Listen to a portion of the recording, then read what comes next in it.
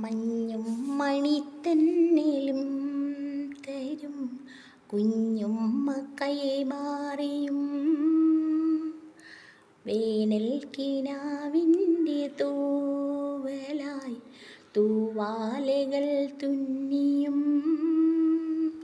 പാടാത്ത പാട്ടിൻ്റെ ഈണങ്ങളെ തേടുന്ന കാറ്റിൻ്റെ ഓളങ്ങളിൽ ഉള്ളിൻ്റെ ഉള്ളിലെ നോവിൻ്റെ നൊമ്പരം ഒരു നാളിൽ സംഗീതമായി പുല്ലാങ്കുഴൽ നാദമായി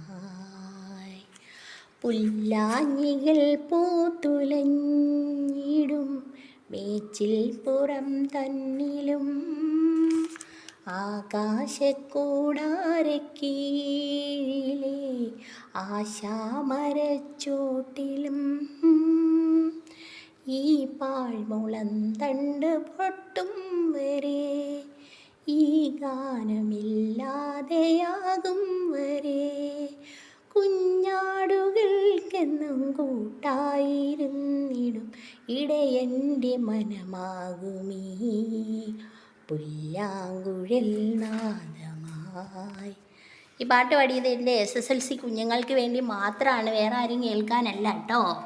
എൻ്റെ SSLC കുഞ്ഞുങ്ങളെ നിങ്ങൾ ഒരിക്കലും നിരാശപ്പെടരുത്. നിങ്ങളുടെ മനസ്സിലെ അഗ്നി ഇങ്ങനെ കത്തിക്കൊണ്ടിരിക്കണം, ജ്വലിച്ചുകൊണ്ടേയിരിക്കണം.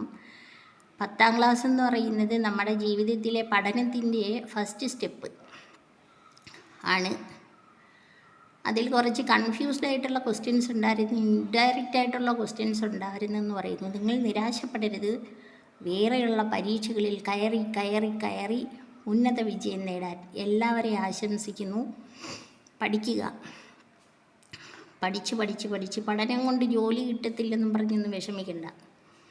പഠനം എന്ന് പറയുന്ന ഒരു ജ്വാലയാണ്, അഗ്നിജ്വാല. നമ്മളെ ജീവിതത്തിൽ ഏത് പ്രതിസന്ധികളുണ്ടായാലും നമുക്ക് പിടിച്ചു നിൽക്കാൻ പറ്റുന്ന ഒരു ശക്തിയാണത്. അതായിട്ടാണ് എൻ്റെ പേഴ്സണൽ എക്സ്പീരിയൻസ്. എവിടെയും നമ്മൾ കുറച്ച് ഡൗണായി പോയാലും നമ്മൾ വീണ്ടും ഉണരും. വിദ്യാഭ്യാസം എന്ന് പറയുന്ന, അറിവെന്ന് പറയുന്ന, ജ്ഞാനമെന്ന് പറയുന്ന നോളഡ്ജ് ഈസ് പവർ. അതൊരു പവർ തന്നെയാണ്. അതുകൊണ്ട് നിങ്ങൾ ആരും വിഷമിക്കണ്ട, ഡൗൺ ആവരുത്. പഠിച്ചോണം. കുറച്ച് പരീക്ഷകളെല്ലാം കഴിഞ്ഞു. ഒരു പരീക്ഷ 1-2 ക്വസ്റ്റ്യൻ അങ്ങനെ ആയെന്നും പറഞ്ഞൊന്നും നിങ്ങൾക്കൊന്നും സംഭവിക്കില്ല. അടുത്ത പരീക്ഷ 100% കിട്ടും. എൻ്റെ എല്ലാ പ്രാർത്ഥനകളും കാണും. എൻ്റെ വീട്ടിലെ കുഞ്ഞിനോടൊന്നും ചോദിച്ചില്ല, ഞങ്ങൾ ചോദിക്കാറില്ല.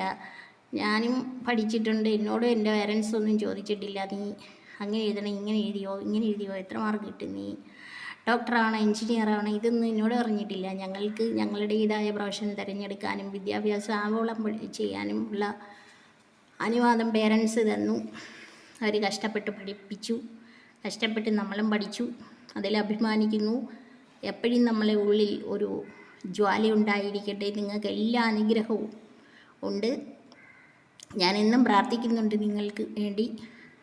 നിങ്ങൾക്ക് ഇച്ചിരി തണുപ്പ് കിട്ടാനാണെന്ന് തോന്നുന്നു. പ്രകൃതി മഴ പെയ്യിപ്പിച്ചു.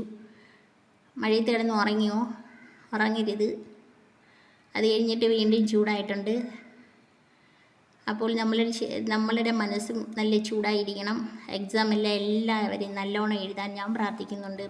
എല്ലാ അധ്യാപകരും പ്രാർത്ഥിക്കും, എല്ലാ മാതാപിതാക്കളും പ്രാർത്ഥിക്കും, എല്ലാ ആളുകളും പ്രാർത്ഥിക്കും. കുഞ്ഞുങ്ങളിങ്ങനെ എക്സാം എഴുതാൻ പോകുന്നുണ്ടല്ലോ എന്ന്.